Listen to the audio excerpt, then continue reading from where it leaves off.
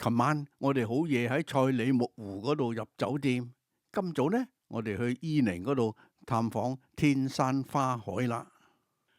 喺我哋間房望出去呢，有一片好大嘅草地，有10幾架4個座位嘅 SUV 呢喺度等客人啦。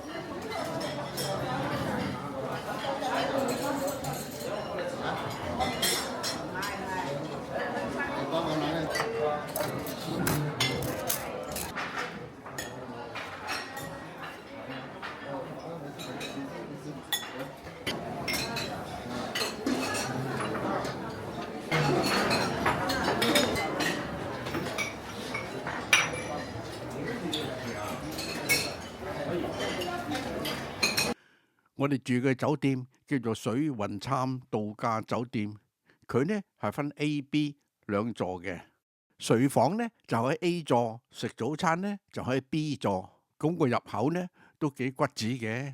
呢度個樓底相當矮，冇咩氣勢，睇個樣都係3、4粒星嘅啫。今早我哋不需要坐好耐嘅車，所以呢9點半鐘先至出發。架車行2個半鐘頭呢，就應該到伊寧呢笪地方。當地嘅牧民係帶嚟非常之好嘅一樣嘢，就係我哋賽里木湖係非常之靚嘅湖泊咧，所以每一年夏季、冬季都非常之多人嚟呢邊旅遊。而家我哋好快就會經過一個好大嘅工程，佢就係果子溝大橋啦。呢條橋有2300尺長，係2006年起嘅，用咗5年時間，咁就起貨通車。佢個外形好似2個 H 字形，晾住條橋。佢每邊有2線行車，加埋一條避車處。我哋喺架車度呢，唔覺得佢呢條橋有咩咁獨特喎，只係覺得佢得一個攣弓位嘅啫。原來佢本身係 S 字形嘅噃。咁點解要花咁多錢起呢條橋呢？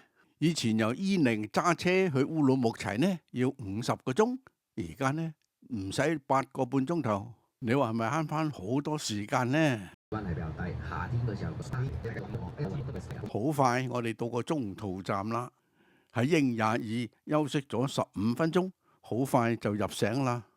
於是就點調動呢個當其時新疆嘅呢？而家我哋到咗伊寧嘅6星街啦。所謂6星街呢，就係6條街交叉咁樣喺埋一齊。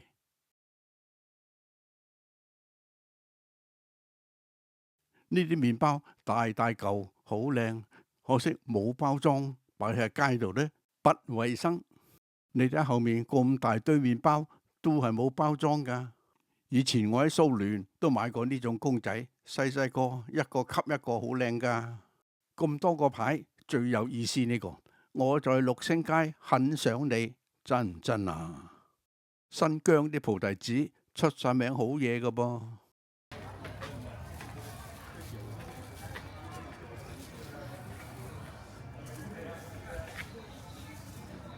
有個警察喺度保護市民，多謝。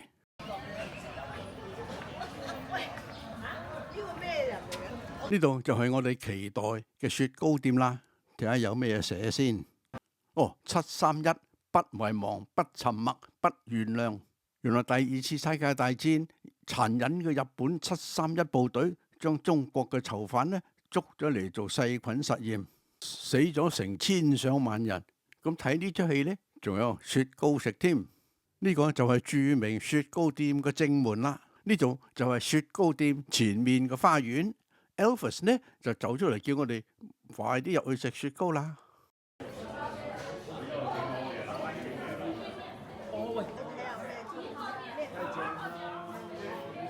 唔使錢啊！佢叫我哋用國家通用語言廣東話，算唔算數呢？嗱，咁多位，我哋喺呢度攞完之後咧，後尾呢個自助嘅呢個料啊，全部都可以加嘅，係全部都可以加。你睇呢個牌最平嘅雪糕17蚊一杯，最貴嘅呢47蚊。呢度有3個雪糕櫃，每個雪糕櫃呢有12種雪糕，即是呢度總共有36種唔同味道嘅雪糕。阿姐容許你幾種不同味道嘅加埋一齊，而且同你壓實佢添。但係如果你加好多種雪糕落去，你都唔知邊一種係最好味啦。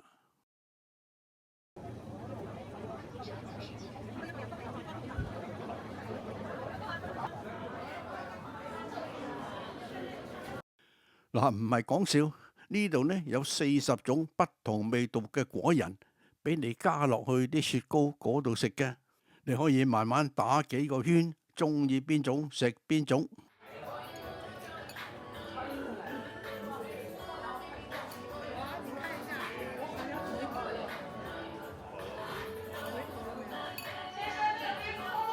啲雪糕有牛奶，好容易污染有細菌。呢兩個阿姐戴住個口罩，認真專業。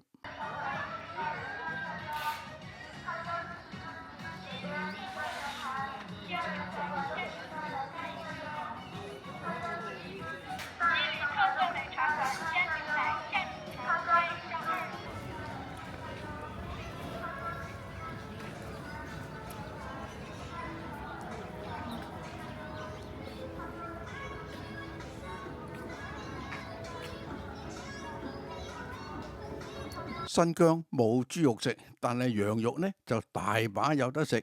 今日晏晝呢，我哋食全羊宴啦。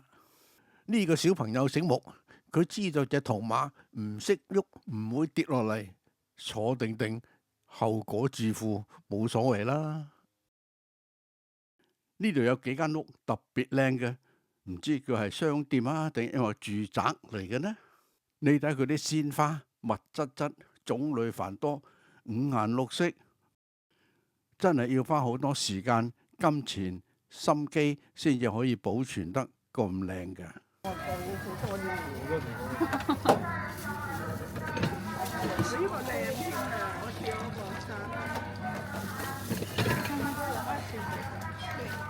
我喺街見到兩個師姐，我問佢：我們可以跟你拍個照片嗎？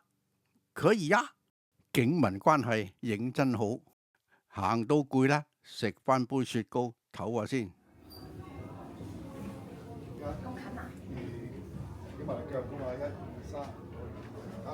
估唔到新疆酒店嗰啲裝修咁靚嘅，裏頭到外出都有佢哋獨特民族嘅風味。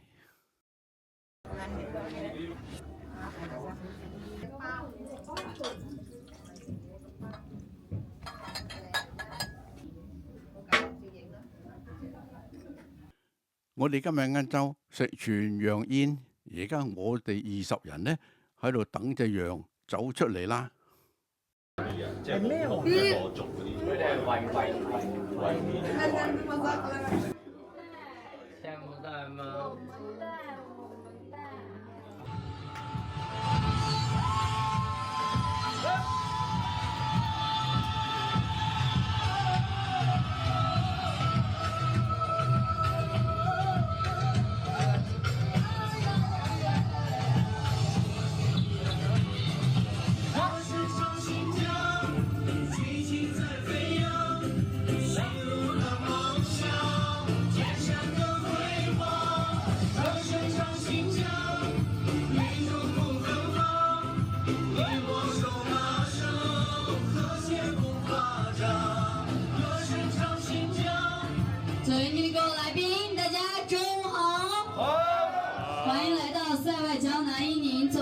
新街奥丹烤的盛宴。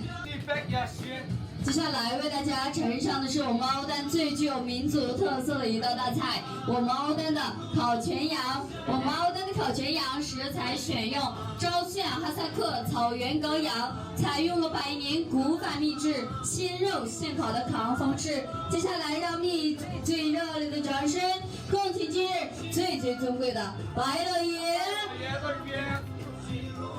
有请我们的姑丽为我们的白老爷献上我们新疆人民最高的待客礼，戴上小花帽，围上的蓝丝绸。白老爷上帅。有請白乐爷用您发财的双手摘下我们羊头上的大红花，预示在座的各位贵宾今后生活事业红红火火。接下来为我们白老爷呈上的是来自一流河畔流淌千年的清流活水，为你洗去一路的风尘。第一杯祝你一日千里迎风帆，第二杯祝你两袖清风做高官。时刻，来3、2、1，好的口扬，扬起。有请白老爷入座，小花帽和爱德兰球是送给您的，您可以带回您的家乡，送给你认为最重要的人。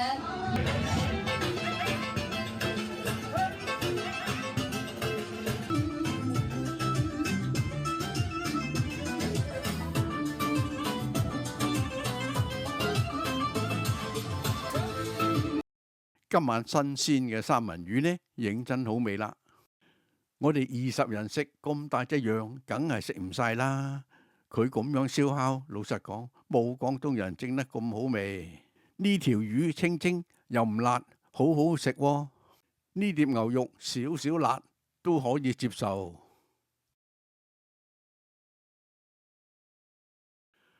好啦，食完晏晝，我哋繼續個行程去天山花海啦。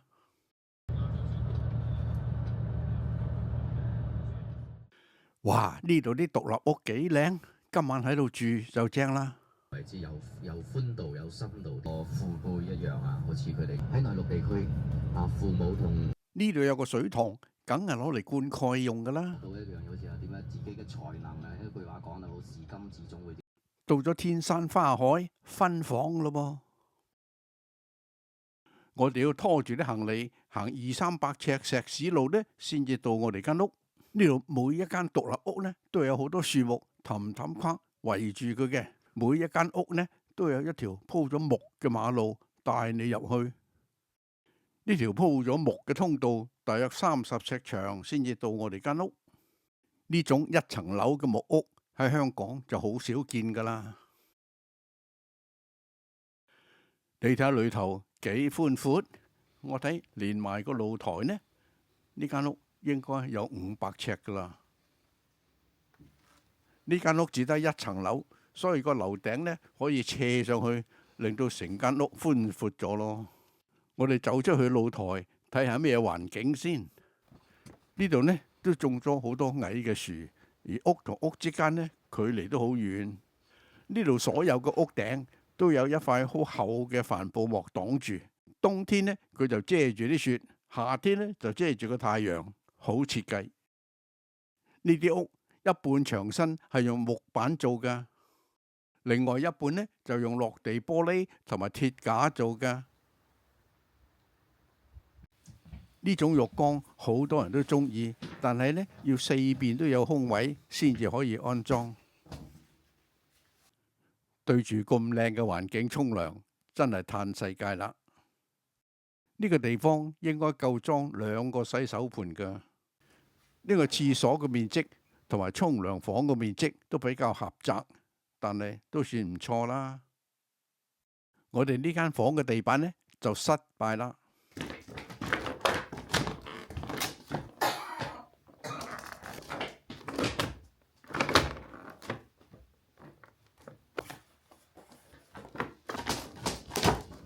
呢條石屎路通到好多獨立屋，但係佢太窄，40尺長個巴士行唔到。其實佢可以用高爾夫車嚟運送行李嘅啫。我哋而家正式參觀天山花海啦。呢度分9個種植區同埋1個蓄水池。呢個阿姐係天山花海嘅導遊，佢會跟住我哋嘅旅遊車逐區咁帶我哋去觀光。第一眼見到呢個種植區呢，就心淡啦，一啲植物都冇，淨係得啲水喉喺度。因為咧因為而家咧就去到呢一區呢，就有少少綠色嘅草俾你睇下。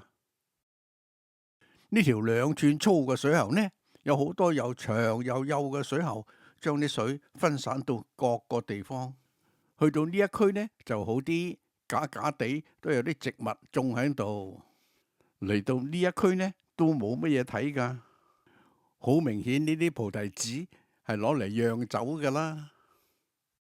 不過就上面睇就清楚啲，好靚，呢個靚啊，呢個靚。好可惜唔俾我飛。哦，係啊，呢度唔俾飛啊。呢度佢話70，有咩咁巴閉？我哋上咗個平台，高咗成8、9尺，個視野真係靚好多。去到呢一區呢就正啦，有咁靚嘅樹做背景，可惜呢度有好多疏疏落落嘅空位，唔係好齊整喎。我見到個團友爬上去張台度搖搖噏，驚佢跌落嚟啊！到佢走咗，我爬上去，哇！高角度嗰個構圖呢係靚好多㗎。我哋個導遊 Elvis 係攝影嘅高手，佢識教人擺 pose，用最好嘅角度，又識就啲光線。我哋啲團友個個排隊揾佢影相㗎。喺咁大片嘅黃色花仔，有啲團友攞佢做前景，有啲團友攞佢做背景，都得到好好嘅效果。喺咁靚嘅環境，呢啲係一部分 Elvis 嘅傑作。多謝各位團友攞出嚟分享呢個美好嘅回憶。呢度啲花大有大嘅靚，細有細嘅靚。總之佢係新鮮，顏色呢佢就會好燦爛噶啦。呢度啲紅玫瑰幾靚，可惜個草地呢唔係咁青綠，襯托唔起佢。呢一條呢就係天山花海嘅天橋，我哋冇機會去嘅。然後呢個玻璃水滑道呢，我哋都冇機會玩嘅。而家我哋嚟到呢一區呢，就係種植白色嘅花球。其實佢呢種花呢有好多種類㗎，長形、微微地黃嘅，有高嘅，有矮嘅。